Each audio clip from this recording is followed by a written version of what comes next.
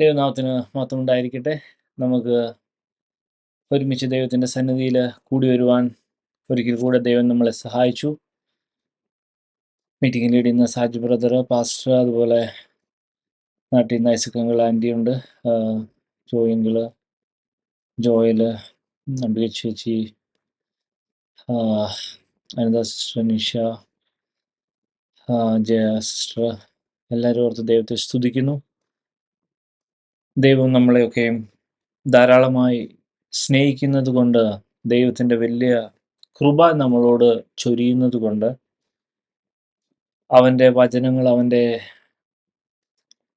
വചനത്തിൻ്റെ മർമ്മങ്ങളെ നമ്മൾക്ക് അവൻ വെളിപ്പെടുത്തി തരുന്നു. ഹല്ലേലൂയ. ഈ എഫേസ്യ ലേഖനത്തിൽ ഒരു വാക്യമുണ്ട്, അതിൻ്റെ 1-ാം അധ്യായത്തിൽ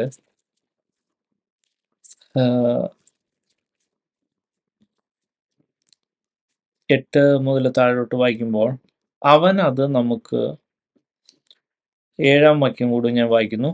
അവനിൽ നമുക്ക് അവൻ്റെ രക്തത്താൽ അതിക്രമങ്ങളുടെ മോചനം എന്ന വീണ്ടെടുപ്പുണ്ട്. ഹല്ലേലൂയ.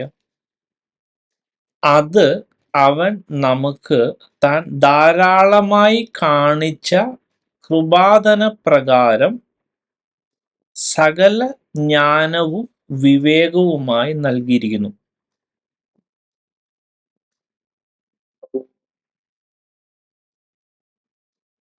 അവനിൽ താൻ മുൻനിർണയിച്ച തൻ്റെ പ്രസാദത്തിന് തക്കവണ്ണം തൻ്റെ ഹിതത്തിൻ്റെ മർമ്മം അവൻ നമ്മോട് അറിയിച്ചു. ഇംഗ്ലീഷിലും കൂടി വായിക്കാം. അതിനകത്ത് ചില കാര്യങ്ങൾ നമ്മൾ ജസ്റ്റ് പറഞ്ഞ് കൂട്ടത്തിൽ, പക്ഷെ നമുക്ക് ഇമ്പോർട്ടൻ്റ്, ഇന്നത്തെ ബൈബിൾ സ്റ്റഡിയുമായിട്ട് കണക്റ്റഡും കൂടാണ് അത്. In him we have redemption through his blood.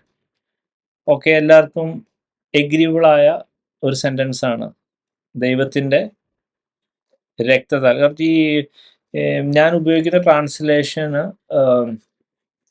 New American standard version. ഈ അമേരിക്കൻ സ്റ്റാൻഡേർഡ് വെർഷൻ്റെ ഒരു ഗുണം എന്ന് വെച്ചാൽ, ഈ ആക്ച്വൽ ഒറിജിനൽ സ്ക്രിപ്ചറിനെ എക്സാക്ട്ലി അതേപടി ആസ് ഇറ്റ് ഈസ്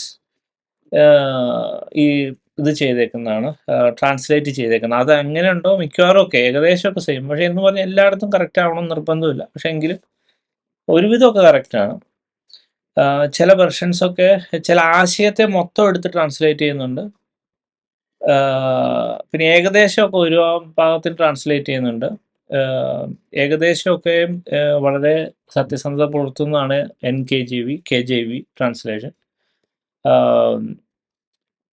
ഈ അമേരിക്കൻ സ്റ്റാൻഡേർഡ് വെർഷൻ അതിൻ്റെ ഒരു ഇതെന്ന് വെച്ചാൽ ആസിറ്റീസ്, ഓരോ പദം ബൈ പദമായിട്ട് ട്രാൻസ്ലേറ്റ് ചെയ്യുന്നുണ്ട്. ഞാൻ കൂടുതലും ആ വാക്കുകളിൽ കൂടുതൽ ഇമ്പോർട്ടൻസ് കൊടുക്കുന്നതുകൊണ്ട് ഞാൻ ഈ വെർഷൻ കൂടുതൽ ഞാൻ ഡിപ്പെൻഡ് ചെയ്യണം. പക്ഷേ ഞാൻ ആക്ച്വലി ഡിപ്പെൻഡ് ചെയ്യണ ഹോളി സ്പിരിറ്റിലാണ്. Holy spirit will tell me. അതായത് ചിലപ്പം ഒറിജിനൽ സ്ക്രിപ്ചറിലോട്ട് പോയി നോക്കാനൊക്കെ പറയും. ആ സമയത്താണ് ഞാൻ ഒറിജിനൽ സ്ക്രിപ്ചർ നോക്കുന്നത്. അപ്പോൾ ഈ വാക്യത്തിൽ എഴുതിയേക്കുന്നത് നോക്കുക. In him we have redemption through his blood, the forgiveness of our trespasses according to the riches of his grace. ഇനി ഞാൻ ഒന്നുകൂടെ വാക്യം വായിക്കാം. According to the riches of grace which he lavished on us. എന്താണ് ഈ grace നമ്മളിൽ lavish ചെയ്തേക്കുന്നത്? In all wisdom and insight. അവിടെയാണ് പ്രശ്നം. അതായത് ഈ ദൈവത്തിൻ്റെ ഈ കൃപ നമ്മളിലോട്ട് ചൊരിയുന്നത് എങ്ങനെയാണെന്നറിയാമോ? ഇവിടെ എഴുതിയിരിക്കുന്ന അനുസരിച്ച് മലയാളത്തിൽ ഏകദേശം അർത്ഥം സെയിം തന്നെയാണ്, വലിയ വ്യത്യാസമൊന്നുമില്ല. അവൻ ധാരാളമായി കാണിച്ച കൃപാദന പ്രകാരം സകല ജ്ഞാനവും വിവേകവുമായി നൽകിയിരിക്കുന്നു. അപ്പോ ഈ ദൈവത്തിന്റെ കൃപ നമ്മളോട് കാണിക്കുന്നത് ദൈവത്തിന്റെ ജ്ഞാനം വെളിപ്പെടുത്തിയ, അല്ലെങ്കിൽ നമുക്ക് ചില വലിയ പ്രശ്നങ്ങളിൽ, പ്രതികൂലങ്ങളിൽ, കുടുക്കിൽ കിടക്കുന്ന സമയത്ത് അതിന്റെ സൊല്യൂഷൻ ഒരു ജ്ഞാന ഉപദേശമായിരിക്കും. ഹല്ലേലൂയ. അല്ലെങ്കിൽ ഒരു ഇൻസൈറ്റ് ആയിരിക്കും. അപ്പൊ നമ്മള് ഒരു പ്രശ്നത്തിൽ ഇങ്ങനെ കുടുങ്ങിക്കിടക്കുമ്പോൾ ദൈവം നമ്മളോട് കൃപ കാണിച്ച് ചിലപ്പോൾ ഒരു വചനം തരുന്നതായിരിക്കും. അല്ലെങ്കിൽ ദൈവം നമ്മളോട് ദൈവത്തിന്റെ കരുണയുടെ കൃപയുടെ ആധിക്യം നിമിത്തം നമ്മളെ അതിൽ നിന്ന് രക്ഷപ്പെടുത്താൻ വേണ്ടി ദൈവം ബുദ്ധി ഉപദേശിക്കുന്നതായിരിക്കും. പക്ഷെ നമുക്കിത് മനസ്സിലാകാതെ, അത് കേൾക്കാൻ തയ്യാറാകാതെ, എനിക്ക് റിസൾട്ട് വേണമേ, അല്ലെങ്കിൽ എനിക്ക് ഇതിനൊരു സൊല്യൂഷൻ വേണമേ എന്ന് പ്രാർത്ഥിച്ചുകൊണ്ട് നമ്മൾ ഇരിക്കുമ്പോൾ ദൈവം ആ പ്രാർത്ഥന കേട്ടിട്ട് അതിന്റെ ആൻസർ ആയിട്ട് പറയാൻ ചിലപ്പോൾ ഏതെങ്കിലും ഒരു പക്ഷെ ഒരു യൂട്യൂബിൽ നിന്നുള്ള മെസ്സേജോ, അല്ലെങ്കിൽ ഏതെങ്കിലും ദൈവദാസിൽ നിന്നുള്ള മെസ്സേജോ, അല്ലെങ്കിൽ എന്തെങ്കിലും പകരത്തിൽ നിന്ന് തന്നെ ചില കാര്യങ്ങൾ നമ്മൾ പ്രകാശിപ്പിക്കുകയും വെളിപ്പെടുത്തുകയും ചെയ്യലാണ് ദൈവത്തിന്റെ പദ്ധതി. സപ്പോസ് നമ്മളത് ചെയ്തില്ലെങ്കിൽ എന്താ പ്രശ്നം? ദൈവം ശരിക്കും പറയാൻ നമ്മളോട് കൃപ കാണിച്ചിട്ടാണ് ഈ ജ്ഞാനം തരാൻ പോകുന്നത്, വെളിപ്പെടുത്താൻ പോകുന്നത്.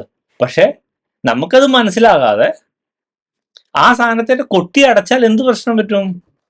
ദൈവത്തിന്റെ കൃപ നമ്മൾ തട്ടി മാറ്റുന്നതായിട്ട് നമുക്കത് കൺസിഡർ ചെയ്യേണ്ടി വരും. അതായത് ദൈവം ഇവിടെ വളരെ വ്യക്തമായിട്ട് എഴുതിക്കണം, അവൻ വലിയ ആ കൃപ കാണിക്കുന്നത് ജ്ഞാനവുമായിട്ട് വിവേകവുമായിട്ടൊക്കെയാ തരുന്നത്. ഹല്ലേലൂയ. ഒരു പ്രോബ്ലത്തിന്റെ സൊല്യൂഷൻ, അല്ലെങ്കിൽ നമ്മൾ എന്തെങ്കിലും പ്രശ്നത്തിലാണെങ്കിൽ, അല്ലെങ്കിൽ ദൈവത്തിന്റെ ആ വലിയ ഒരു ഇന്റർവെൻഷൻ ആവശ്യമുണ്ട്, ദൈവം പക്ഷെ തരുന്നത് എങ്ങനെയാ? ഇങ്ങനെയൊക്കെയാ തരുന്നത്. അപ്പൊ നമുക്കത് കേൾക്കാൻ തയ്യാറായില്ലെങ്കിലോ നമ്മൾ ദൈവത്തിന്റെ ആ കൃപേനെ വേണ്ടാന്ന് വെക്കുവാണ്, അല്ലെങ്കിൽ ദൈവം ലാവിഷ് ചെയ്തേക്കുന്ന കൃപ സ്റ്റോപ്പ് ചെയ്യുക. ഹല്ലേലൂയ. അപ്പോൾ നമ്മൾ അതുകൊണ്ടാണ് ഞാൻ ആ വചനം വളരെ ഇമ്പോർട്ടൻ്റ് ആയി നമ്മളത് എടുക്കേണ്ട ഒരു കാര്യമാണ്. അതിനുശേഷം അടുത്ത ബാക്കിയും കുറച്ചുകൂടെ കറക്റ്റായിട്ട്, അവനിൽ താൻ മുൻനിർണയിച്ച പ്രസാദത്തിന് തക്കവണ്ണം he made known to us the mystery of his will.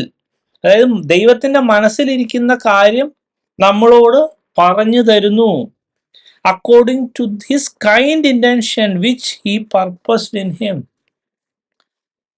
അപ്പോ വചനം മനസ്സിലാക്കുന്നത്, വചനം കേൾക്കുന്നത്, ആ ജ്ഞാനം ഗ്രഹിക്കുന്നത് ദൈവത്തിന്റെ കൃപയുടെ ആദിക്ക് നിമിത്തം മനസ്സിലാവണേ. ഹല്ലേലൂയ. അപ്പൊ അതിനെ തട്ടി മാറ്റിയാൽ നമ്മൾ കാണിക്കുന്നത് ഭയങ്കര ഒരു പ്രശ്നമാണ്. ഹല്ലേലൂയ. കൃപേനെ നമ്മൾ സ്റ്റോപ്പ് ചെയ്യുന്ന ഒരു അവസ്ഥയിലോട്ട് വരും. അപ്പൊ ഞാൻ ജസ്റ്റ് ഇത് പറഞ്ഞു എന്നുള്ളൂ. അപ്പോൾ കാരണം വെച്ചാൽ നമ്മൾ പഠിച്ചുകൊണ്ടിരിക്കുന്ന പോയിന്റ് എന്ന് പറഞ്ഞാൽ, കഴിഞ്ഞ ആഴ്ചക്കാലം റോമലേഖനം 7-ാം അധ്യായത്തിലൊരു സ്റ്റാറ്റസ് ഉണ്ട്. 7-ാം അധ്യായത്തിൽ പറയുന്ന ആ ജഡത്തിന്റെ ബലഹീന അവയവങ്ങളിൽ വ്യാപരിക്കുന്ന ഒരു പാപത്തിന്റെ പ്രമാണമുണ്ട്. നമ്മൾ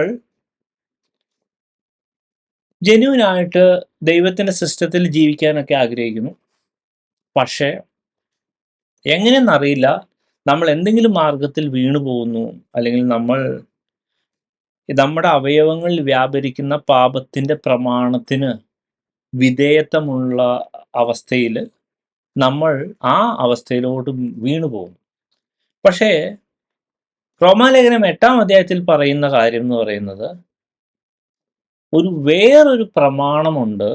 അതിന്റെ പേരാണ് ജീവന്റെ ആത്മാവിന്റെ പ്രമാണം. ആത്മാവിന്റെ ഒരു പ്രമാണമുണ്ട്. ആ ആത്മാവിന്റെ പ്രമാണം ഈ നമ്മുടെ അവയവങ്ങളിൽ വ്യാപരിക്കുന്ന പാപത്തിന്റെ പ്രമാണത്തിൽ നിന്ന് നമുക്ക് പരിപൂർണ സ്വാതന്ത്ര്യം വരുത്തുന്നതാണ്. നമുക്ക് ഈ ആത്മാവിനെ ഉപയോഗിച്ച് ജഡത്തിന്റെ പ്രവൃത്തികളെ മരിപ്പിക്കാനും പറ്റും.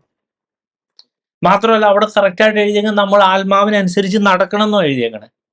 പക്ഷേ നമ്മൾ ചിന്തിച്ചുകൊണ്ട് വരുന്നത് നമ്മൾ കഴിഞ്ഞ ആഴ്ചക്കാലം അതിന്റെ പാർട്ട് 1 എന്നുള്ള രീതിയിലാണ് നമ്മൾ പഠിച്ചത്. ചിന്തിച്ചുകൊണ്ട് വരുന്നത് അത് എങ്ങനെ സാധിക്കും? പ്രാക്ടിക്കലി പറയാൻ എളുപ്പമാണ്, പക്ഷെ പ്രാക്ടിക്കലി നമുക്ക് എങ്ങനെ ഈ ആത്മാവിൽ നടത്തപ്പെടുന്നത്, എങ്ങനെ ഈ ജീവന്റെ ആത്മാവിന്റെ പ്രമാണം, അതായത് ഹ്യൂമൻ ബീയിങ് ആയ മനുഷ്യരാകുന്ന നമ്മുടെ ഈ ഭൂമിയിൽ ജഡത്തിൽ ജീവിക്കുമ്പോൾ, ജഡത്തിൽ വസിക്കുമ്പോൾ ആത്മാവിൽ അല്ലെങ്കിൽ ജഡത്തിൽ വ്യാപരിക്കുന്ന ആ പാപത്തിന്റെ പ്രമാണത്തെ പരിപൂർണമായി മാറ്റി ആത്മാവിന്റെ പ്രമാണം നമ്മളെ റൂള് ചെയ്യുന്ന അവസ്ഥയിലോട്ട് പ്രാക്ടിക്കലി എങ്ങനെ വരുന്നു എന്നാണ് നമ്മൾ പഠിച്ചുകൊണ്ടിരിക്കുന്നത്.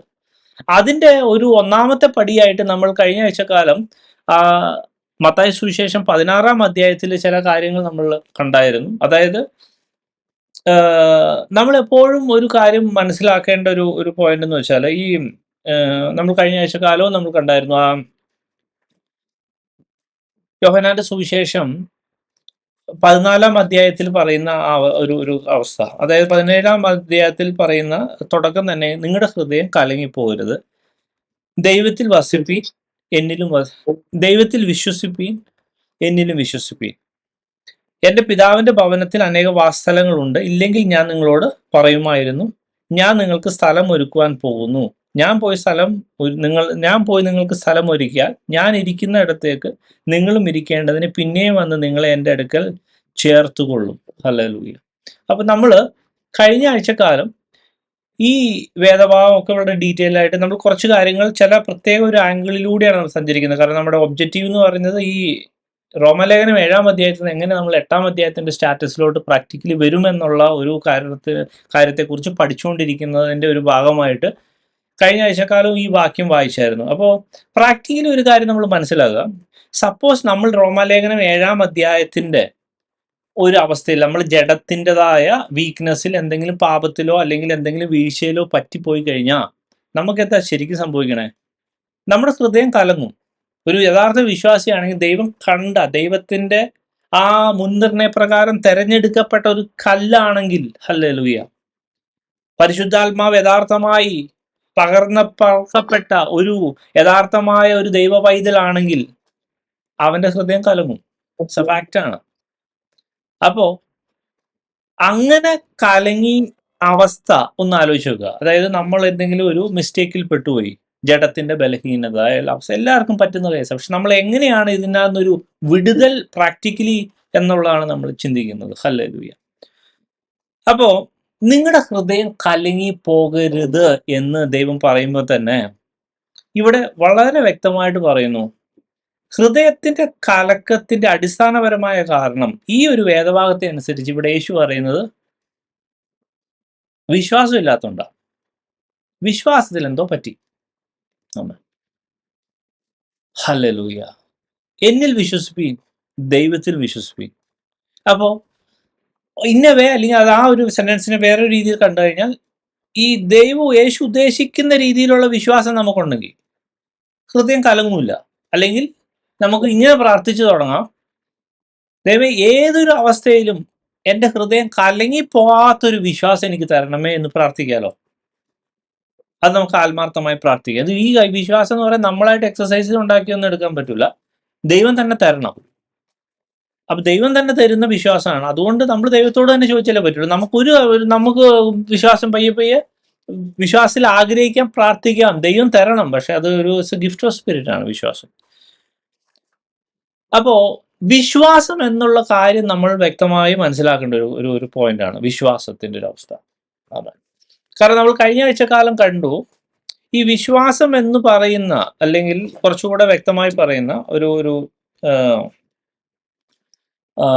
ഈ എഫെസി ലേഖനം 2-ാം അധ്യായത്തിലെ ആ ഒരു വാക്യങ്ങളൂടെ നമ്മൾ ചില കാര്യങ്ങൾ ഫണ്ടമെന്റ്, ഇതൊക്കെ ഫണ്ടമെന്റൽ ആണ് ആക്ച്വലി. പക്ഷെ നമ്മൾ ഈ കാര്യത്തിൽ വളരെ തറവുള്ള ഒരു വ്യക്തികളായിരിക്കണം.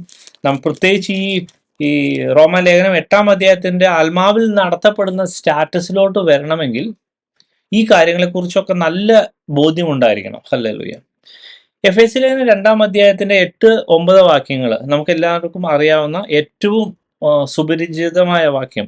കൃപയാലല്ലോ നിങ്ങൾ വിശ്വാസം മൂലം രക്ഷിക്കപ്പെട്ടിരിക്കുന്നത്, അതിന് നിങ്ങൾ കാരണമല്ല, ദൈവത്തിന്റെ ദാനം അത്രേ ആകുന്നു. ആരും പ്രശംസിക്കാതിരിപ്പാൻ പ്രവൃത്തികളും കാരണമല്ല. അപ്പോസ്തലൻ പൗലോസ് ഈ വാക്യം ഇങ്ങനെ വളരെ വ്യക്തമായി എഴുതിയിരിക്കുന്നു. അതായത് ഇൻ മോർ പ്രിസൈസ് ആയിട്ട് നമ്മൾ എടുക്കുവാണെങ്കിൽ, ഒരാളെ ദൈവത്തിന്റെ രക്ഷയുടെ മാർഗത്തിലോട്ട് വിളിച്ചടുപ്പിക്കുന്നത്, നമുക്ക് എത്ര പൈസ കൊടുത്താലും എന്ത് പ്രവൃത്തി ചെയ്യാലും നമുക്ക് ദൈവം ഫ്രീ ആയിട്ട് തരുന്ന, അല്ലെങ്കിൽ ദൈവത്തിന്റെ ആ കരുണയിൽ, ദൈവത്തിന്റെ സെലക്ഷനിൽ നടക്കുന്ന ഒരു സംഭവമാണ്. ഈ കാര്യം നമ്മൾ ഫസ്റ്റായിട്ട് മനസ്സിലാക്കണം. പക്ഷേ ഒരു കാര്യം അതിന്റെ കൂട്ടത്തിൽ തന്നെ മനസ്സിലാക്കണം. ഒരു കാര്യം മനസ്സിലാക്കണം. ആ വാക്യം നമ്മൾ പലപ്പോഴും ഇത് വായിക്കുമ്പം, അതായത് ഈ പല ഗ്രേസുകാരും പല ഈ പറഞ്ഞ മാതിരി ഈ പല ഡിനോമിനേഷൻകാരും ഈ ഒറ്റ വാക്യം മാത്രം പിടിച്ചിട്ടുണ്ട്. അതായത് പ്രവൃത്തിക്ക് ഒരു സ്ഥാനമില്ല, പക്ക വിശ്വാസം. പക്ഷെ വിശ്വാസം എന്തിന്? അതായത് ഞാൻ ആ റോമാലേഖനം മത്തായി സുവിശേഷം 16-ാം അധ്യായത്തിലിട്ട് കണക്ട് ചെയ്യുവാണെങ്കിൽ ഈ പറഞ്ഞ സംഭവത്തിന്റെ സെലക്ഷൻ ഇതെന്താ പ്രോസസ് എന്ന് അറിയാമോ? അതായത് അവിടെ പത്രോസിനോട് ചോദിക്കുന്നുണ്ട്, അല്ലെങ്കിൽ ദൈവം ചോദിക്കുന്നുണ്ട്, ഞാൻ ആരാണ്? അപ്പോൾ പത്രോസ് പറയുന്നു, നീ ജീവനുള്ള ദൈവത്തിന്റെ പുത്രനായ ക്രിസ്തു. ആ ഒരു വെളിപ്പാടുണ്ടല്ലോ, ആ വെളിപ്പാട് അപ്പം ദൈവം തന്നെ പറയുന്നത് അത് നിന്റെ ബുദ്ധിയിൽ ഒരു ഉത്ഭവിച്ചൊരു സാധനമല്ല. നിനക്കത് ഒരാൾക്കൊരു ഒരു മനുഷ്യനും അക്സെപ്റ്റ് ചെയ്യാൻ പറ്റും. ഇപ്പൊ നമുക്ക് തന്നെ യേശു എൻ്റെ രക്ഷകനാണ്, യേശു യഥാർത്ഥ ജീവിക്കുന്ന ദൈവമാണ്, അവൻ എന്നെ രക്ഷിക്കും എന്നുള്ളൊരു വിശ്വാസം, ഒരു സാധനം ഉണ്ടല്ലോ. ആ സംഭവം നമുക്ക് കിട്ടണമെങ്കിൽ ദൈവം തന്നെ തരണം. നമ്മൾ സ്വന്തം എക്സസൈസ് ചെയ്യാൻ എത്ര പേരോട് അല്ലെങ്കിൽ എത്ര സുവിശേഷം പറഞ്ഞാലും ദൈവം ഒരു മനുഷ്യനെ ആ കാര്യം വെളിപ്പെടുത്താതെ അവൻ സമ്മതിക്കാൻ പോകുന്നില്ല. അതൊരു ഫാക്റ്റാണ്. പക്ഷേ അങ്ങനെ ഒരാൾ സംഭവിച്ചു അല്ലെങ്കിൽ സമ്മതിച്ചു എന്ന് ഇരിക്കട്ടെ, പക്ഷെ ആ മൊമെന്റ് മുതല്, അതായത് ഇവൻ യഥാർത്ഥമായി യേശുവിനെ രക്ഷിതാവായി സ്വീകരിച്ച അല്ലെങ്കിൽ ആ ദൈവത്തിന്റെ കർത്തൃത്വം ഏറ്റെടുക്കുന്ന മൊമെന്റ് മുതല് അവന്റെ റെസ്പോൺസിബിലിറ്റി സ്റ്റാർട്ട് ചെയ്യും. അവന്റെ ടാസ്ക്, ജോലി തുടങ്ങും. അത് നമുക്കത് വിശ്വാസമല്ലെങ്കിൽ ഞാൻ ചില വാക്യങ്ങൾ കൊണ്ട് ഉടൻ തന്നെ പ്രൂവ് ചെയ്യാം. ഈ ജസ്റ്റ് അടുത്ത വാക്യം, ഈ എഫേസ്യ ലേഖനം 2:8-9 നമ്മൾ വായിച്ചു. 10-ാം വാക്യം വായിച്ചേ. അത് വായിക്കുമ്പോൾ എന്താ എഴുതിയാണ്? നാം അവന്റെ കൈപ്പണിയായി സൽപ്രവൃത്തിക്കായിട്ട് ക്രിസ്തുയേശുവിൽ സൃഷ്ടിക്കപ്പെട്ടവരാകുന്നു. നാം ചെയ്ത് പോരേണ്ടതിന് ദൈവം അവ മുന്നൊരുക്കിയിരിക്കുന്നു. ഞാൻ ഇംഗ്ലീഷിൽ വായിക്കാം, കാരണം ഇത് മലയാളത്തിലെ ആ ട്രാൻസ്ലേഷൻ ഒരു പരിധിവരെ നമ്മളെ ഈ മറ്റേ 8-9 വാക്യത്തിൽ മാത്രം സ്റ്റക്കപ്പായി നിർത്താൻ ഒരു പരിധി വരെ കാരണമായിട്ടുണ്ടെന്ന് എനിക്ക് തോന്നണം മലയാളത്തിലെ ട്രാൻസ്ലേഷൻ. പക്ഷെ ഇത് ഇംഗ്ലീഷിലെ ട്രാൻസ്ലേഷൻ ഒന്ന് ശ്രദ്ധിച്ചോ. For we are his workmanship, ഒരു കോമയിട്ടുണ്ട്, created in Christ Jesus for good works. Hallelujah. നമ്മൾ എന്തിനാ ഉണ്ടാക്കിയിരിക്കുന്നത്? അവന്റെ വർക്ക്മാൻഷിപ്പായിട്ട്, അല്ലെങ്കിൽ കൈപ്പണി, അവന്റെ ഒരു പെക്യൂലിയർ ക്രിയേഷനായിട്ട് ഓരോ വ്യക്തികളെയും വിളിച്ച് സൃഷ്ടിച്ചത് എന്തിനാണെന്നറിയാവോ? For his good work. ആ മൊമെന്റ് മുതലേ, ദൈവത്തിന്റെ സന്നിധിയിൽ കയറിയ മൊമെന്റ് മുതലേ നമ്മുടെ പണി സ്റ്റാർട്ട് ചെയ്യും, നമ്മുടെ റെസ്പോൺസിബിലിറ്റി സ്റ്റാർട്ട് ചെയ്യും. നമുക്ക് അറിയില്ലാത്തതുകൊണ്ടാ. ഇനിയും പറയാം. ഇനി ഈ വാക്യം മൊത്തം ഒന്നുകൂടെ ഞാൻ ഇംഗ്ലീഷിൽ ഒന്നുകൂടെ വായിക്കാം. For we are his workmanship, created in Christ Jesus for good works, which God prepared beforehand so that we would walk in them. എത്ര സ്പെസിഫിക്കാ! അതായത് നമ്മൾ എന്ന വ്യക്തി, അല്ലെങ്കിൽ ഓരോ വിശ്വാസിയും, ഓരോ വീണ്ടെടുക്കപ്പെട്ട ദൈവത്തിന്റെ ജനവും, അവൻ ഒരു പർട്ടിക്കുലർ ആയിട്ടുള്ള അസൈൻമെന്റിൽ വാക്ക് ചെയ്യാൻ, അല്ലെങ്കിൽ അതിൽ നടപ്പാൻ, അതും മുന്നമേ ദൈവത്തിന്റെ ഓരോ വ്യക്തിക്കും ഓരോ ജോലിയുണ്ട്, ഓരോ വ്യക്തിക്കും ഓരോ ടാസ്ക് ഉണ്ട്. ഈ സാധനം നമ്മൾ മറന്നു പോകരുത്. ഈ സംഭവം നമ്മൾ ഒരു കാരണവശാലും മറക്കരുത്. ഇനി അത് ഡൈജസ്റ്റ് ആയില്ലെങ്കിൽ ഒരു കാര്യം കൂടെ പറയാം. നമുക്ക് നേരെ വിശ്വാസവീരന്മാരുടെ പട്ടികയുടെ ആ സംഭവത്തിലോട്ട് പോവാം. എബ്രായ ലേഖനം 11-ാം അധ്യായത്തില് ശരിക്കും പറഞ്ഞാൽ വിശ്വാസവീരന്മാരുടെ കാര്യങ്ങൾ അത് എഴുതിയേക്കുന്നത് ഒന്ന് നോക്കുക. വിശ്വാസം എന്നതോ ആശിക്കുന്നതിന് ഉറപ്പും കാണാത്ത കാര്യങ്ങളെ നിശ്ചയമാവുന്നു, അതിനാലല്ലോ പൂർവന്മാർക്ക് സാക്ഷ്യം ലഭിച്ചത്. ഈ കാണുന്ന ലോകത്തിന് ദൃശ്യമായതല്ല കാരണമെന്ന് വരുമാറ് ലോകം ദൈവത്തിന്റെ വചനത്താൽ നിർമ്മിക്കപ്പെട്ടു എന്ന് നാം വിശ്വാസത്താൽ അറിയുന്നു. ഇനി ഓരോ ദൈവത്തിന്റെ ഭക്തന്മാരും എങ്ങനെയാണ് ഈ വിശ്വാസ വീരന്മാരുടെ പട്ടികയിൽ വന്നുപെട്ടത്? അത് നോക്കണം. അവർക്ക് വിശ്വാസം ഉണ്ടായിരുന്നു. അപ്പോൾ വിശ്വാസം ഉണ്ടാകുന്ന സംഭവം എങ്ങനെയാണ് അവർ പ്രൂവ് ചെയ്തത്? അത് പ്രവൃത്തിയാലല്ലേ. ഈ ഓരോ വിശുദ്ധന്മാരും അവർ ചെയ്ത പെക്യുലർ ആയിട്ട് ചില കാരണം കൊണ്ട് മാത്രമാണ് അവർ ഇതിനകത്ത് പെട്ടേക്കുന്നത്. അത് വർക്കല്ലേ, അത് ഡീഡല്ലേ, വിശ്വാസത്താലുള്ള പ്രവൃത്തിയല്ലേ. സംശയം ഉണ്ടെങ്കിൽ വായിച്ചു വയ്ക്കോ, അവിടുന്ന് ഇവിടുന്നൊക്കെ. വിശ്വാസത്താൽ ഹാബേൽ ദൈവത്തിന് കായീൻ്റെതിലും ഉത്തമമായ യാഗം കഴിച്ചു. ഈ യാഗം കഴിച്ചില്ലേ? കായീൻ്റെതിലും ഉത്തമമായ യാഗം.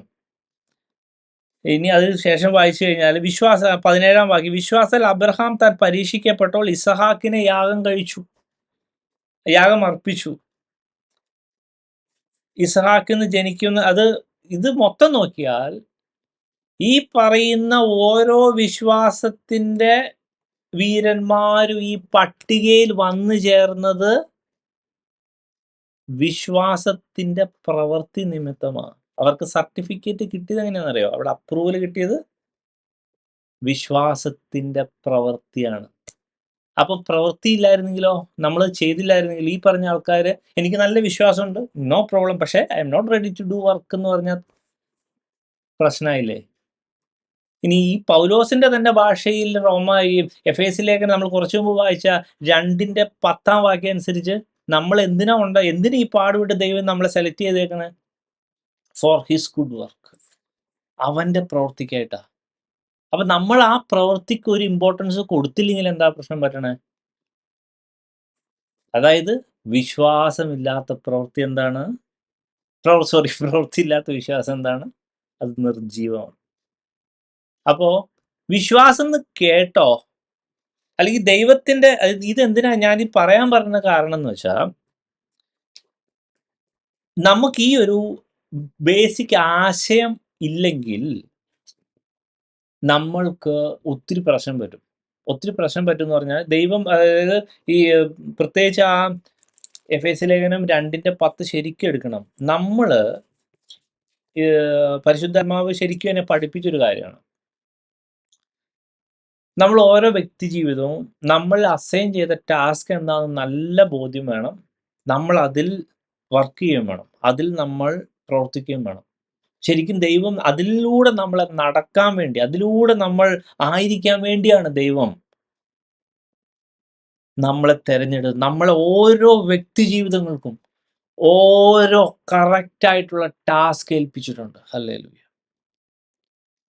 ഇനി നമ്മളത് കുറച്ചുകൂടെ ആഴത്തിൽ, കുറച്ചുകൂടെ ഡീപ്പായിട്ട് നമ്മൾ പഠിക്കുമ്പോൾ, യേശുവിൻ്റെ തന്നെ ലൈഫിലോട്ട് നമ്മൾ നോക്കുവാണെങ്കിൽ, നമുക്ക് തിരിച്ച് യോഹന്നാന്റെ സുവിശേഷം 14-ാം അധ്യായത്തിലോട്ട് തന്നെ വരാം.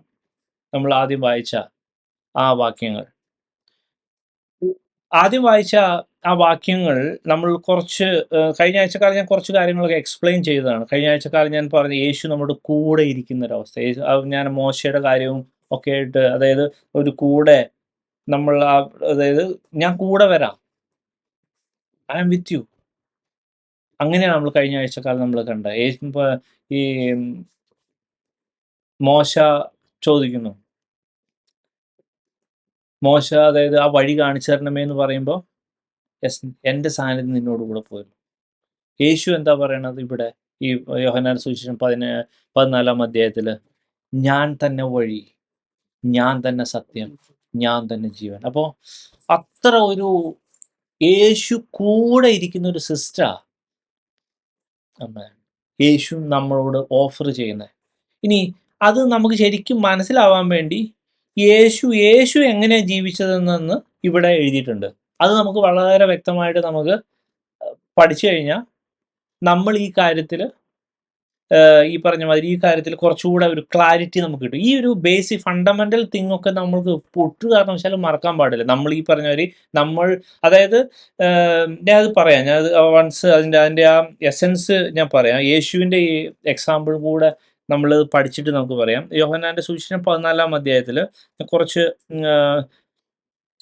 9-ാം വാക്യം മുതൽ താഴോട്ട് വായിക്കുന്നു. യേശു അവനോട് പറഞ്ഞത്, ഞാൻ ഇത്രകാലം നിങ്ങളോട് കൂടെ ഇരുന്നിട്ടും നീ എന്നെ അറിയുന്നില്ലയോ ഫിലിപ്പോസേ? എന്നെ കണ്ടവർ പിതാവിനെ കണ്ടിരിക്കുന്നു, പിന്നെ പിതാവിനെ ഞങ്ങൾ കാണിച്ചു തരണമെന്ന് നീ പറയുന്നത് എങ്ങനെ? ഞാൻ പിതാവിലും പിതാവ് എന്നിലും ആകുന്നു എന്ന് നീ വിശ്വസിക്കുന്നില്ലയോ? ഞാൻ നിങ്ങളോട് പറയുന്ന വചനം സ്വയമായിട്ടല്ല സംസാരിക്കുന്നത്, പിതാവ് എന്നിൽ വസിച്ചുകൊണ്ട് തൻ്റെ പ്രവൃത്തി ചെയ്യുന്നു. അപ്പൊ യേശു എങ്ങനെയാ യേശുവിൻ്റെ എൻ്റെ വർക്ക് എക്സിക്യൂട്ട് ചെയ്ത്? ഹല്ലേലൂയ. ഇത് തന്നെയാണ് നമ്മളോട് പറയുന്നത്. ഈ യോഹന്നാന്റെ സുവിശേഷം 15-ാം അധ്യായത്തിൽ വളരെ വ്യക്തമായിട്ട് പറയുന്നുണ്ട്, പിതാവ്, യേശു പിതാവിൽ പിതാവ് യേശുവിൽ വസിക്കുന്നു. അതുപോലെ നമ്മൾ യേശുവിൽ വസിച്ച് ഹല്ലേലൂയ അവൻ്റെ പ്രവൃത്തി ചെയ്യണം. അപ്പോൾ ഇവിടെ വളരെ വ്യക്തമായിട്ട് നമ്മൾ മനസ്സിലാക്കേണ്ട ഒരു പോയിന്റ്. ഹല്ലേലൂയ. യേശു എങ്ങനെയാണ് യേശുവിൻ്റെ വർക്ക് ചെയ്തത്? പിതാവ് യേശുവിൽ വസിക്കുകയാണ്. ഇനി യേശു പറയുന്ന സംഭാഷണം പോലും, യേശുവിൻ്റെ കോൺവെർസേഷൻ പോലും യേശുവിൻ്റെ സ്പിരിറ്റിൻ്റെ കൺട്രോളിലല്ല, പകരം പിതാവിൻ്റെ സ്പിരിറ്റിൻ്റെ കൺട്രോളിലാണ്. പിതാവ് എന്ത് പറയാൻ പറഞ്ഞു അത് മാത്രം പറയും.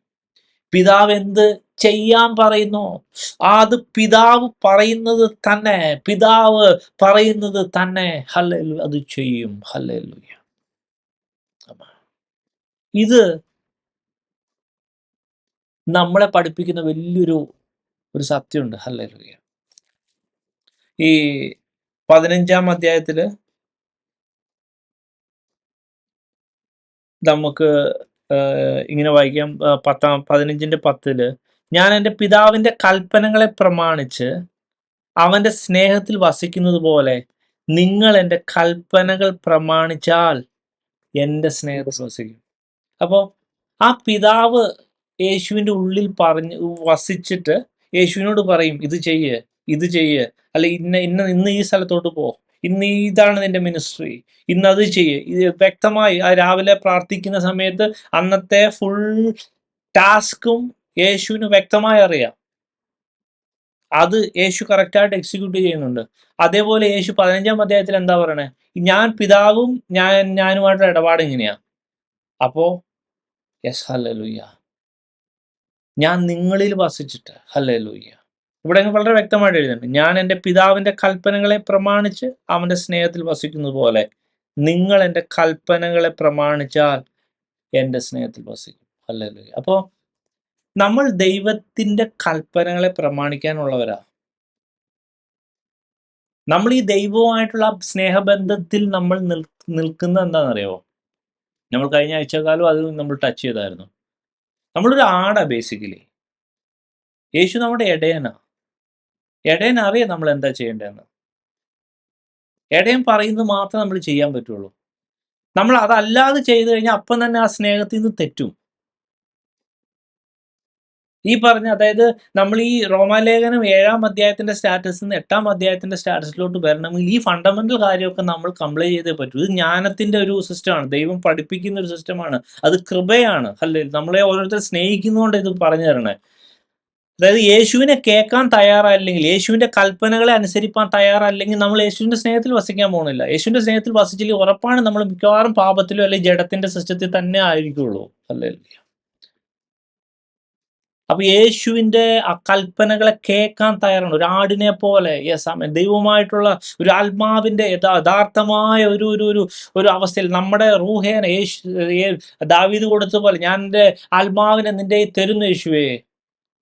അതുപോലെ അങ്ങനെ നമ്മൾ യഥാർത്ഥമായി നമ്മൾ എന്നും പ്രാർത്ഥിച്ചാൽ ആ നിമിഷം യഥാർത്ഥമായി രക്ഷിക്കപ്പെട്ട വ്യക്തിയെ ആ നിമിഷം അവൻ അറിയാൻ പറ്റും. പരിശുദ്ധാത്മാവിന്റെ ഉള്ളിലോട്ട് ഇടിച്ചു കയറും. അവൻ അറിയാൻ പറ്റും പരിശുദ്ധാത്മാവിന്റെ ശക്തി വ്യാപരിക്കുന്നവൻ അറിയാൻ പറ്റും. ഞാൻ എൻ്റെ ആത്മാവിനെ, യെസ്, അതായത് ഈ ആത്മാവിനെ സാത്താൻ നമ്മൾ അറിയാതെ ഹൈജാക്ക് ചെയ്തിട്ടാണ് നമ്മൾ എല്ലാ ബാഡ് തിങ്കും ചെയ്യുന്നത്. നമ്മുടെ ആത്മാവിനെ സാത്താൻ ഹൈജാക്ക് ചെയ്തിട്ട് നമ്മൾ അറിയാതെ ഓരോ കാര്യം നമ്മൾ ഈ ബാഡായിട്ട് നമ്മൾ ചിന്തിക്കുന്നത്, ബാഡായിട്ട് പ്രവർത്തിക്കുന്ന, ആൾക്കാരോട് വഴക്കൂടുന്നത്, അതും ഇതും പറയുന്നത്, പ്രശ്നം ഉണ്ടാക്കുന്നത് ഒക്കെ നമ്മുടെ സ്പിരിറ്റിനെ സാത്താൻ ആക്സസ് ചെയ്തിട്ട് നമ്മളെ ഒരു അടിമയെ പോലെ വർക്ക് ചെയ്യിപ്പിക്കുമ്പോൾ, യെസ്, ഈ ഒരു കാര്യം മനസ്സിലാക്കിയിട്ട് നമ്മൾ പർപ്പസ്ഫുള്ളി യേശുവേ എൻ്റെ സ്പിരിറ്റിന് ഹല്ലേലൂയ, സാത്താന് കയറി നിരങ്ങാനുള്ള സ്ഥലമല്ല, സാത്താന് പ്രവർത്തിക്കാനുള്ള സ്ഥലമല്ല. യേശുവെ ഞാൻ എൻ്റെ പൂർണ്ണ മനസ്സോടെ നിന്റെ തരുന്നു, നീ അതിനെ നിയന്ത്രിക്കണമേ എന്ന് ഏതൊരു വിശ്വാസി പ്രാർത്ഥിച്ചാൽ ആ നിമിഷം അറിയാൻ പറ്റും. പരിശുദ്ധാത്മാവിൻ്റെ മേൽ വരും. കാരണം വെച്ചാൽ എന്നിൽ വസിപ്പീൻ ഞാൻ നിങ്ങളിൽ വസിക്കും, വചനാണ്. നമ്മൾ ആ യേശുവിൽ വസിക്കാൻ വേണ്ടി നമ്മളെ കൊടുത്തു കഴിഞ്ഞാണ്ടല്ലോ, യേശു നമ്മൾ വസിക്കുന്ന ഉറപ്പാണ്, നമുക്ക് അറിയാൻ പറ്റും. ഹല്ലേലൂയ. അങ്ങനെ വസിക്കുക എന്നുള്ളൊരു സംഭവമാണ് ഈവൻ യേശുവിനെ കേൾക്കുന്നതിലും ഒക്കെ ഏറ്റവും ഫണ്ടമെന്റൽ ആയിട്ടുള്ള കാര്യം.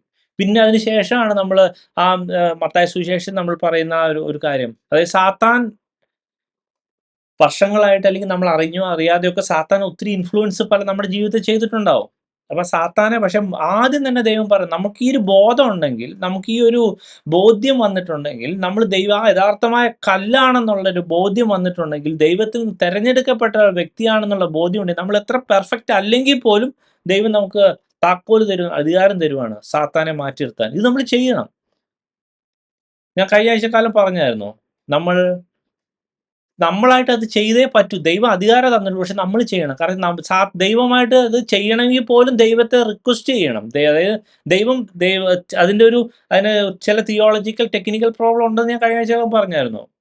അതായത് ദൈവമായിട്ട് അത് കയറി ചെയ്യുവാണെങ്കിൽ സാത്താൻ കയറി പറയും, നീ അത് മാറ്റിയതല്ലേ, എന്തിനാ മാറ്റി? അവന് താല്പര്യമില്ലല്ലോ, പിന്നെ നീ എന്തിനാ മാറ്റണേ? എനിക്ക് അതായത് ഞാൻ യേശുവിനെ എൻ്റെ കൺട്രോൾ ഏൽപ്പിക്കുന്നത്, കർത്തൃത്വം ഏൽപ്പിക്കുന്ന കാര്യം, അത് എൻ്റെ ഡിസിഷനാ. ആ ഡിസിഷൻ സപ്പോസ് യേശു തന്നെ നമ്മളെ അറിയിക്കാതെ സാത്താനെ എടുത്തങ്ങ് മാറ്റി, എന്നിട്ട് യേശു കയറി അങ്ങോട്ട് നിയന്ത്രിക്കുവാണെങ്കിൽ അവിടെ ഒരു പ്രശ്നം കിടപ്പില്ലേ? അതായത് യേശു ഫോഴ്സ്ഫുള്ളിയാണ് നമ്മളെ നിയന്ത്രിക്കണമെന്ന് വരും. സാത്താൻ കയറി വാദിക്കും, അങ്ങനെ ഉറപ്പാണേ വാദിക്കും. അതേസമയം യേശു പറഞ്ഞു, നിനക്ക് ഫുൾ അധികാരം തന്നേക്കുക, യു ഡു ഇറ്റ്, എനിക്ക് ചെയ്യാം, നിനക്ക് താല്പര്യമുണ്ട് ചെയ്യുക, നീ ആ സാത്താനെ അഴിക്കോ കെട്ടോ എന്ത് വേണം ചെയ്തോ, യെസ് ഞാനത് അപ്രൂവ് ചെയ്യുന്നേക്കാം, പക്ഷെ you have to do it. Hallelujah. ഇനി സപ്പോസ് നമ്മുടെ ടെറിട്ടറിക്ക് അപ്പുറമാണെങ്കിൽ, അല്ലെങ്കിൽ നമ്മുടെ കപ്പാസിറ്റിക്ക് അപ്പുറമാണെങ്കിൽ, ചില കേസിലുണ്ട്, നമ്മൾ ആ 35 സങ്കീർത്തനത്തിന്റെ പ്രിവിലേജ്, എന്നോട് വാദിക്കുന്നവരോട് വാദിക്കണം, അപ്പോഴും ഒരു പ്രയർ റിക്വസ്റ്റിലാണ് ദൈവത്തിന് കയറി വർക്ക് ചെയ്യാൻ പറ്റുള്ളൂ. ഇനി പ്രാർത്ഥനയിലാണെങ്കിൽ പോലും യെസ്, പരീക്ഷയിൽ അകപ്പെടുത്താതെ ദുഷ്ടങ്ങളിൽ നിന്ന് വിടുവിക്കണമേ, ഇത് മസ്റ്റ്. ഇത് നമ്മൾ ഒന്നുകിൽ പ്രാർത്ഥിച്ചിരിക്കണം, അല്ലെങ്കിൽ 35 സങ്കീർത്തനത്തിന്റെ കാര്യത്തിൽ വേണ്ടി പ്രാർത്ഥിച്ചിരിക്കണം, അല്ലെങ്കിൽ നമ്മൾ നമ്മുടെ അധികാരം എടുത്ത് ഉപയോഗിച്ചിരിക്കണം. ഈ കാര്യം ഒന്നും ചെയ്യാതെ ഇരിക്കുവാണെങ്കിൽ ഉറപ്പാണ് സാത്താന്റെ ശക്തി, സാത്താന്റെ ഇൻഫ്ലുവൻസ് നമ്മുടെ ഉണ്ടാവും. അത് പോകത്തില്ല. അത് ഉറപ്പായിട്ടും നമ്മുടെ ഈ പറഞ്ഞ മാതിരി ആക്ടിവിറ്റീസിൽ, അല്ലെങ്കിൽ നമ്മൾ യഥാർത്ഥമായ ദൈവത്തോട് ഏറ്റുപറഞ്ഞ് യഥാർത്ഥമായ ദൈവമായിട്ട് നിരപ്പ് പ്രാപിച്ചിട്ട് വെരി നെക്സ്റ്റ് മൊമെന്റിൽ ഈ അന്ധകാര ശക്തിയെ മാറ്റണം. എന്നിട്ട് വേണം ഫർദർ രീതിയിലോട്ട് നമ്മൾ മുന്നോട്ട് പോകാൻ. അല്ല, ഇതൊക്കെ പ്രാക്ടിക്കലായിട്ടുള്ള ഈ പറഞ്ഞ ദൈവത്തിന്റെ കൃപയിൽ നമുക്ക് വെളിപ്പെടുത്തി തരുന്ന സത്യങ്ങളാണ്. ഹല്ലേലൂയ. ഇനിയിപ്പം ഞാനിപ്പോൾ ഇങ്ങനെ പറയുമ്പോൾ, നമ്മളിപ്പോൾ ഏതെങ്കിലും ശരിക്കും പറഞ്ഞാൽ നമ്മൾ അറിയാതെ, ഇപ്പം ചിലപ്പോൾ നമുക്കറിയാലോ, നമ്മൾ ചില പ്രാർത്ഥനകൾക്കൊക്കെ പോകുമ്പോൾ നമുക്കൊരു വിടുതൽ ഫീൽ ചെയ്യും. അല്ലെങ്കിൽ നമ്മൾ വലിയ വിഷമത്തിലോ അല്ലെങ്കിൽ പ്രശ്നത്തിലോ അല്ലെങ്കിൽ ഭയങ്കര കുടുക്കിലോ, അല്ലെങ്കിൽ സാത്താൻ്റെ തന്നെ അറ്റാക്ക് നമുക്ക് അറിയാൻ പറ്റും, വിശ്വാസിക്ക് അറിയാൻ പറ്റും ആ സാത്താൻ്റെ അറ്റാക്ക് അവനിലുണ്ടെങ്കിൽ, അല്ലെങ്കിൽ നമ്മൾ എന്തെങ്കിലും വീഴ്ചയോ എന്തെങ്കിലും സംഭവിച്ചിട്ടുണ്ടെങ്കിൽ ഒരു അന്ധകാരത്തിൻ്റെ ഒരു ഇൻഫ്ലുവൻസ് ഉള്ളെന്ന് സാധാരണഗതിയിൽ അറിയാൻ പറ്റുമെന്നാണ് എനിക്കത് വ്യക്തമായിട്ട് അറിയാൻ പറ്റും. മിക്കവാറും എല്ലാ വിശ്വാസിക്കും, ആത്മാവുള്ള വ്യക്തിക്ക് അറിയാൻ പറ്റുമെന്ന് തന്നെയാണ് എൻ്റെ ഒരു വിശ്വാസം. അപ്പോൾ ഇവൻ ഒരു പ്രാർത്ഥനയ്ക്ക് പോകുന്നു, പ്രാർത്ഥനയ്ക്ക് പോയിട്ട് അവിടെ നല്ല ആരാധന നടക്കുന്നു, അവിടെ അത്ഭുതങ്ങൾ പ്രവർത്തിക്കുന്നു, അല്ലെങ്കിൽ ആരാധനയിൽ അവന് വിടുതൽ സംഭവിക്കുന്നു. ഹല്ലേലൂയ. വിടുതൽ സംഭവിക്കും, ഉറപ്പായിട്ട് സംഭവിക്കും. അപ്പൊ ശരിക്കും അവിടെയും നടക്കുന്നത് എന്താണ്? ആ പ്രാർത്ഥന നിയന്ത്രിക്കുന്ന, അല്ലെങ്കിൽ പ്രാർത്ഥനയിൽ അവിടെ പരിശുദ്ധാത്മാവിന്റെ അത്യന്ത ശക്തിയിൽ ഈ ബന്ധനങ്ങളെ പൊട്ടുന്നു, അല്ലെങ്കിൽ ഈ അന്ധകാര ശക്തി അഴിഞ്ഞു മാറുന്നു, അവിടുന്ന് നിൽക്കാൻ പറ്റില്ല. ഇപ്പൊ യേശു ഓൾറെഡി നമ്മളോട് ഉപദേശിച്ചത് നിങ്ങൾക്കുണ്ട്, you have it, you just use it. നമ്മളത് യൂസ് ചെയ്യണില്ല, അതാണ് പ്രശ്നം. നമ്മൾ എന്നിട്ട് മറ്റുള്ളവന്റെ ആ പവറിൽ നമ്മൾ രക്ഷപ്പെട്ടു പോവുകയാണ്. പക്ഷെ അതല്ല എൻ്റെ സിസ്റ്റം. ഓരോ വ്യക്തിക്കും ഇത് കൊടുത്തിട്ടുണ്ട്. നമ്മൾ അത്ര പെർഫെക്റ്റ് ഒന്നും അവിടെ ഒന്നും ഒരു നിർബന്ധമില്ല ആ കാര്യത്തിൽ. പക്ഷേ ഇത് വിശ്വാസത്തിൽ നമ്മൾ എടുക്കണം. വിശ്വാസത്തിൽ യഥാർത്ഥമായ ഈ ഒരു കാര്യം, ഫണ്ടമെന്റൽ ആയിട്ടുള്ള കാര്യങ്ങൾ നമ്മൾ വിശ്വാസം ഉണ്ടാവണം. ഹല്ലേലൂയ. സാത്താൻ അതുവരെ കെട്ടിയിരിക്കുന്നത് കെട്ടഴിക്കണം. ഇനി സാത്താൻ പുതിയതായിട്ട് വരാതെ സ്റ്റോപ്പ് ചെയ്യണം. എന്നിട്ട് യേശുവിനെ നമ്മുടെ നിയന്ത്രണം ഏൽപ്പിക്കണം. നമ്മളെ ഏൽപ്പിച്ച സകല ഉത്തരവാദിത്തങ്ങളെ നിയന്ത്രണം ഏൽപ്പിക്കണം. അങ്ങനെ ഒരു അവസ്ഥയിലാണ് ശരിക്കും പറഞ്ഞാൽ നമ്മൾ ഈ പരിപാടി തുടങ്ങുന്നത് തന്നെ. ഹല്ലേലൂയ. അതിനുശേഷമാണ് നമ്മൾ യേശുവിനെ കേൾക്കണം. ഒരു ആട് കേൾക്കണത് പോലെ കേൾക്കണം. അതിനനുസരിച്ച് നടക്കണം. പിന്നെ ഏറ്റവും ഇമ്പോർട്ടൻ്റ് ആയിട്ട് നമ്മൾ മനസ്സിലാക്കേണ്ട ഒരു കാര്യം, ഹല്ലേലൂയ, ഇവിടെ യേശു തന്നെ നിങ്ങളുടെ ഹൃദയം കലങ്ങിപ്പോരെന്ന് പറഞ്ഞിട്ട് ഈ 14-ാം അധ്യായത്തിൽ യോഹന്നാന്റെ സുവിശേഷം, എൻ്റെ പിതാവിൻ്റെ ഭവനത്തിൽ അനേക വാസസ്ഥലങ്ങളുണ്ട്, ഞാൻ പോയി സ്ഥലം ഒരുക്കാൻ പോകുന്നു. ആക്ച്വലി വാസസ്ഥലം അവിടെ ഉണ്ട്. യേശു പോകണമെന്ന് വെച്ചാൽ നമ്മളെ ക്വാളിഫൈ ചെയ്യാൻ, അല്ലെങ്കിൽ അതായത് ഇഷ്ടംപോലെ മെഡിക്കൽ സീറ്റ് ഉണ്ട്. മെഡിക്കൽ സീറ്റ് പക്ഷേ എല്ലാ പിള്ളേർക്കും കിട്ടത്തില്ല. ക്വാളിഫൈ ചെയ്യണം, നീറ്റ് അല്ലെങ്കിൽ ആ എക്സാം പാസ്സാവണം. അത് ക്വാളിഫൈ ചെയ്യാൻ വേണ്ടി അവർക്ക് ട്രെയിനിങ് അല്ലെങ്കിൽ അവരെ ഹെൽപ്പ് ചെയ്യുക. നമ്മളുടെ കേസ് അങ്ങനെ വാസ്തവം അവിടെ ഉണ്ട്, അവിടെ പ്രത്യേകിച്ച് ഒന്നും ചെയ്യണമല്ല, പകരം നമ്മളെ ക്വാളിഫൈ ചെയ്യുകയാണ്.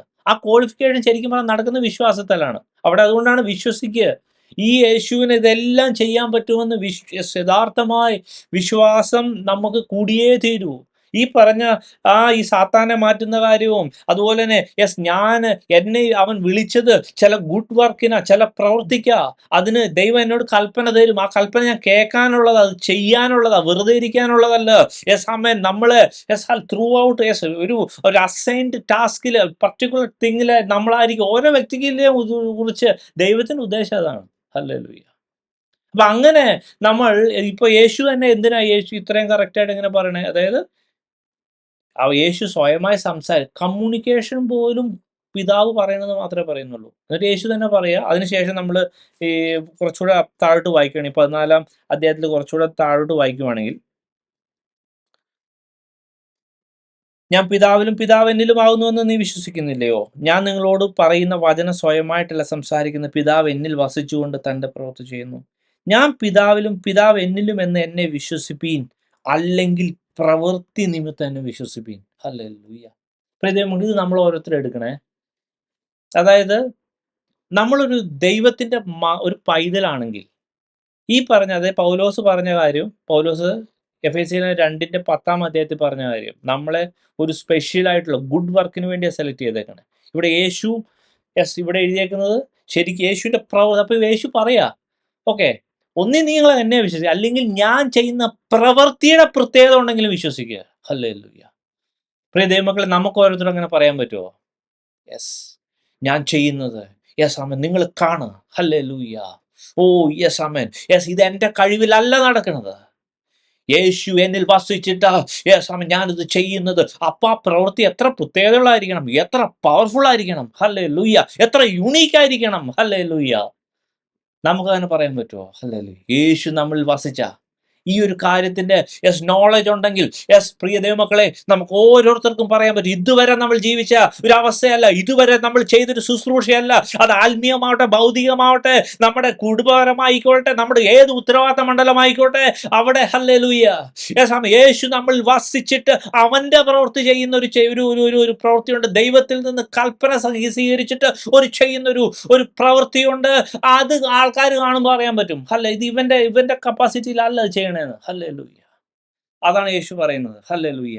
പ്രിയ ദൈവമക്കളെ, ഇത് നമ്മുടെ ഓരോരുത്തരുടെയും ജീവിതത്തിൽ ഹല്ലേലൂയ വേണം. ഇത് എന്റെ ജീവിതത്തിൽ വേണം. അധികം വേണം. ഹല്ലേലൂയ. ആമേൻ. ഹല്ലേലൂയ. ഓരോരുത്തരുടെയും ജീവിതത്തിൽ വേണം. നമ്മളത് ഏറ്റെടുത്ത് പ്രാർത്ഥിച്ചാൽ ഹല്ലേലൂയ, യേശു അത് ചെയ്ത് നൽകും. ഹല്ലേലൂയ. കാരണം ആമേൻ, അവൻ നമ്മൾ ഓരോരുത്തരെയും ഹല്ലേലൂയ ഒരു ഗുഡ് വർക്കിന് വേണ്ടിയാണ് ആമേൻ ഹല്ലേലൂയ നിശ്ചയിച്ചത്. ഹല്ലേലൂയ. ഇവിടെ ഈ 14 അധ്യായത്തിന്റെ തുടക്കത്തിൽ പറയുന്ന ആ ഒരു കാര്യമുണ്ടല്ലോ. ഹല്ലേലൂയ. ഇവിടെ പറയുന്നു, ഹല്ലേലൂയ, സ്ഥലമൊരുക്കുവാൻ പോകുന്നു. അതായത് നമുക്ക് നിത്യജീവൻ ഉറപ്പാണ്. പക്ഷെ നിത്യജീവൻ ഉറപ്പാണെങ്കിൽ ഹല്ലേലൂയ, നമ്മൾ എപ്പോഴും ശ്രദ്ധിക്കേണ്ട കാര്യം, അത് നമ്മൾ നിത്യജീവനിൽ എത്തണമെങ്കിൽ നമ്മളെ ഏൽപ്പിച്ച നമ്മൾ കഴിഞ്ഞ ആഴ്ചക്കാലം കണ്ടായിരുന്നു ആ മത്തായി സുവിശേഷം 25 അധ്യായത്തില്, അതായത് ആ വിശ്വസ്തനായ ദാസ് നമ്മളെ ഏൽപ്പിച്ച ഉത്തരവാദിത്തം നമ്മൾ ചെയ്തേ പറ്റൂ. അത് ഇത് മാത്രമല്ല, പല ആംഗിളിൽ നമ്മൾ ഓക്കെ ആകണം. അതായത് പ്രത്യേകിച്ച് അതിന് ഏറ്റവും എളുപ്പം എന്ന് പറഞ്ഞാൽ വെളിപ്പാട് പുസ്തകം 7 സഭയുടെ ദൂത്, എഫെസോസിലെ സഭയുടെ ദൂതിൽ പറയുന്നത് എന്താണ്? നമ്മൾ അഗപ്പെ വേണം. അഗപ്പെ, ആദ്യ സ്നേഹം. അതിനുശേഷം പറയുന്ന സ്മിർനയിലെ പറയുന്ന എന്താണ്? മരണപര്യന്തം വിശ്വസ്തനായിരിക്കുക, ജീവകിരീടം പ്രാപിക്കുക. അവിടെയും ജയിക്കണം. അപ്പൊ വിശ്വസ്തത, അത് ഈ യേശു ഇവിടെ ഞാൻ പോയി സ്ഥലമൊരുക്കാം, ഞാൻ നിങ്ങളെ ക്വാളിഫൈ ചെയ്യാൻ പോകുന്നു എന്ന് പറയുമ്പോണ്ടല്ലോ, ഈ പറഞ്ഞ അകപ്പെ മരണപരുന്ന വിശ്വസ്തതയ്ക്ക് വിശ്വസ്ത അവൻ ആക്കി തരും. അതിനുശേഷം ബിലയാമിന്റെ ഉപദേശത്തെ നമ്മൾ എടുക്കാത്തവരായിരിക്കണം. അവൻ ഇസബേലിന്റെ ഹല്ലേലൂയ തുയതയിലെ സഭയിൽ പറയുന്നത്, ആ ഇസബേലിന്റെ ആ ട്രിക്കില് വീഴാത്തവരായിരിക്കണം. ഹല്ലേലൂയ. സർദീസിലെ സഭയുടെ പ്രവൃത്തി തന്നെ എർഗോണാണ്, പ്രവൃത്തി ചെയ്യേണ്ടത്. ദൈവത്തിന്റെ സന്നിധിയിൽ പൂർണ്ണതയുള്ള പ്രവൃത്തി ചെയ്യണം. ഹല്ലേലൂയ. അതിനുശേഷം ഫിലദൽഫിയയിൽ ആ മരണപരിത വിശ്വസ്തത നമ്മൾ കാത്ത് സൂക്ഷിക്കണം. യെസ്, ലവോദിക്കയിൽ പറയുന്നത് ലൂക്ക് വാംലെസ്സിലോട്ട് പോകരുത്. ഇതിന്റെ ഒക്കെ ആകത്തുകയാണ് ഈ നിത്യജീവൻ. അപ്പം യെസ് ആമേൻ, യെസ് ഹല്ലേലൂയ. നമ്മൾ ഓരോ ദിവസവും അല്ലെങ്കിൽ ഓരോ സമയത്തും നമ്മൾ ഇങ്ങനെ എടുക്കണം. യെസ് ആമേൻ, യേശു എന്നെ പെർഫെക്റ്റ്ലി ക്വാളിഫൈ ചെയ്യും. ഹല്ലേലൂയ. അത് വലിയ യെസ് ആമേൻ ടാസ്ക് ആണ്. പക്ഷേ ആ മോശയോട് പറഞ്ഞതുപോലെ ഹല്ലേലൂയ, ഞാൻ എൻ്റെ സാന്നിധ്യം നിന്നോട് കൂടെ ഇരിക്കും, ഞാൻ നിനക്ക് സ്വസ്ഥതയും നൽകും. ഹല്ലേലൂയ. പ്രിയ മക്കളെ, യേശുവിനെ അങ്ങനെ എടുത്ത് ഹല്ലേലൂയ നമ്മുടെ വിശ്വാസ ജീവിതം മുന്നോട്ട് പോകാം. ഹല്ലേലൂയ. Yes hallelujah. ഒരു വലിയൊരു ഹല്ലേലൂയ ഒരു ഷിഫ്റ്റാണ് ഇത്രയും പറഞ്ഞ ആ ഒരു ബുദ്ധി ഉപദേശം. ഹല്ലേലൂയ. ഇത്രയും കാര്യം ഫണ്ടമെന്റലി വേണം. ഹല്ലേലൂയ. 7ന്റെ സ്റ്റാറ്റസിൽ നിന്ന് 8ന്റെ സ്റ്റാറ്റസിലോട്ട് പോകണം. ഞാൻ അടുത്ത ആഴ്ച കുറച്ച് കാര്യങ്ങളും എടുത്തിട്ട് യെസ് അതിൻ്റെ ആ ഒരു പോർഷൻ നിർത്തുവാൻ ആഗ്രഹിക്കുന്നു. അപ്പോൾ ഇന്നത്തെ ഈ പഠനം ഞാൻ ഇവിടെ നിർത്തും. നമ്മുടെ സമയം ഓൾറെഡി ആയി. പക്ഷേ ഈ കാര്യം നമ്മൾ ഓർക്കുക, ദൈവത്തിന് സമയം നമ്മളെ ടോട്ടലി ആത്മാവിൽ ആത്മാവിൻ്റെ ഒരു നിയന്ത്രണത്തിൽ ആവണം. അതിന് ഒത്തിരി ചില കാര്യങ്ങളുണ്ട്, ഫണ്ടമെൻ്റൽ കാര്യങ്ങൾ. ആ കാര്യത്തെക്കുറിച്ച് നല്ല ക്ലാരിറ്റി വേണം. ഈ വചനങ്ങളാൽ ദൈവം നമ്മളെ ഓരോരുത്തരെ അനുഗ്രഹിക്കുമാറാകട്ടെ.